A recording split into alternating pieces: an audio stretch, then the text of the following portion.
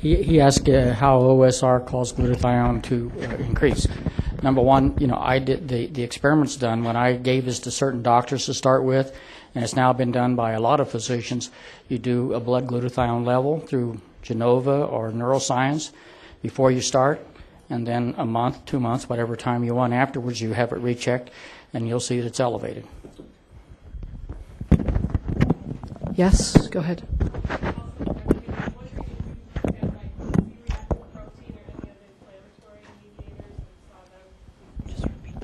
Yes. She asked, did we look at other? We looked at over 200 items in the blood of the 10 patients in the first round.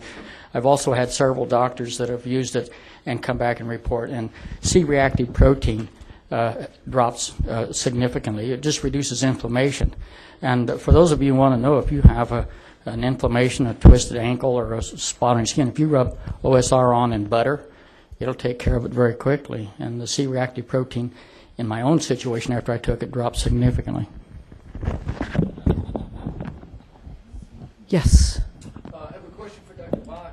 The phenyltransferase problem, do they know specifically that causes a problem with nutritional phenols, or is it because the phenols is such a vast range of industrial chemicals to nutrition? No, but all phenols, because it's the enzyme that metabolizes. It's the enzyme that metabolizes. Okay, the question is about the impaired PST or phenylsulfonyluretransferase enzyme, and is it involved with all phenols? And it is, yeah. I think that's the enzyme, how you metabolize the phenols, regardless of where they come from. And that's why I tried to make the point of exogenous and endogenous detoxification. It's, the body's exposed to it. Either way, it needs to deal with it. Yes, go ahead. I guess for Dr. Bach, someone mentioned a book about preparing women for a healthy pregnancy. Do you know any resources about that? Maybe we should talk about it. It wasn't my time. Well, there are, I can't even quote the name. I know there's actually probably 2 that are out there. I remember I got asked to write a blurb for one of them, which I don't think I ever got in. But so yeah, so there. What? The nurse at Dan who started Dan. Jane, who's the nurse that wrote one? Who's a Dan nurse? Oh, well, in any event, they're out there. You have to. I can't give you the title off the top of my head. There is a program that we do at our office called the Forsyth Program from Europe that actually is all about preconceptual counseling. And that's something you can find online and you can learn about. I mean, I think it's a very, very important area. And I really wish that more and more women and men, because you wanted the men to participate, but especially the women because they're the vessel, would come in. And this has to be way before conception because you have to leave several months. You cannot detoxify a woman who's conceived and pregnant. That would be the worst thing you could do. Yes, go ahead. I have a lot of kids in my practice, and more what I see a lot, you treat eczema once and they show up on your doorstep. And in the 10 years of practice, it seems like it's behaving very differently. One, it's much younger kids, and 2, it's not responding to the same things that it was used to respond to. So I've got some real cases that I'm not making headway doing what I would normally do. I haven't been looking at metals in these kids. Is this like a likely scenario that's happening? Yeah. So the question is it a likely scenario that metals in our children are making them sicker? Well, I think that's one part of it. I think probably the problem is really early exposures. So it's not only neonatal exposures, but fetal exposures. And what's happening is we're skewing an immune system. And in a lot of ways, what's happening, and if I can say this generally, because I have some really nice slides on this, the metals, when they combine with sulfhydryl groups in tissue, change the tissue. So in other words, the sine qua non of the immune system is to distinguish self from non-self.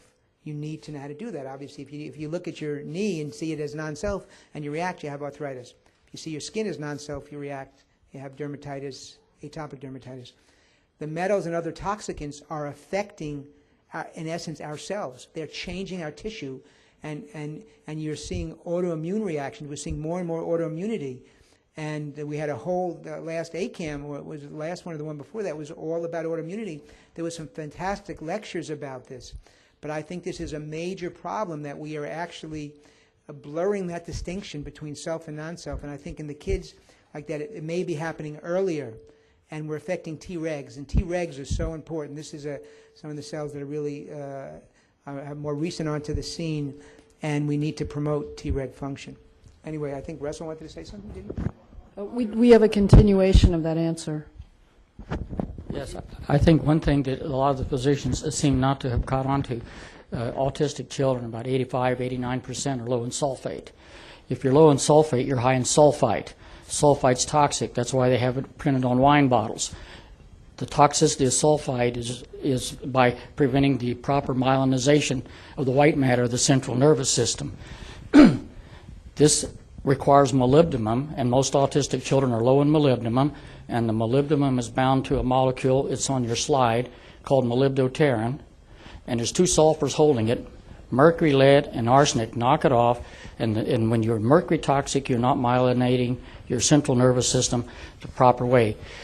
And we found this out with OSR because we had the same thing you've seen with DMPS. You give it to certain children, especially if the parents are sulfite sensitive. You build up the sulfite level, they become more STEMI, you stop. Parents that kill me are those that self-medicate without talking to the doctor. They'll take OSR or DMPS or something else, and they'll say, oh, I'll go out to the drugstore and buy a bottle of glutathione. More is better. And what it is, you make more sulfite than you can get rid of, and the STEMiness with autistic children is caused by increased sulfite.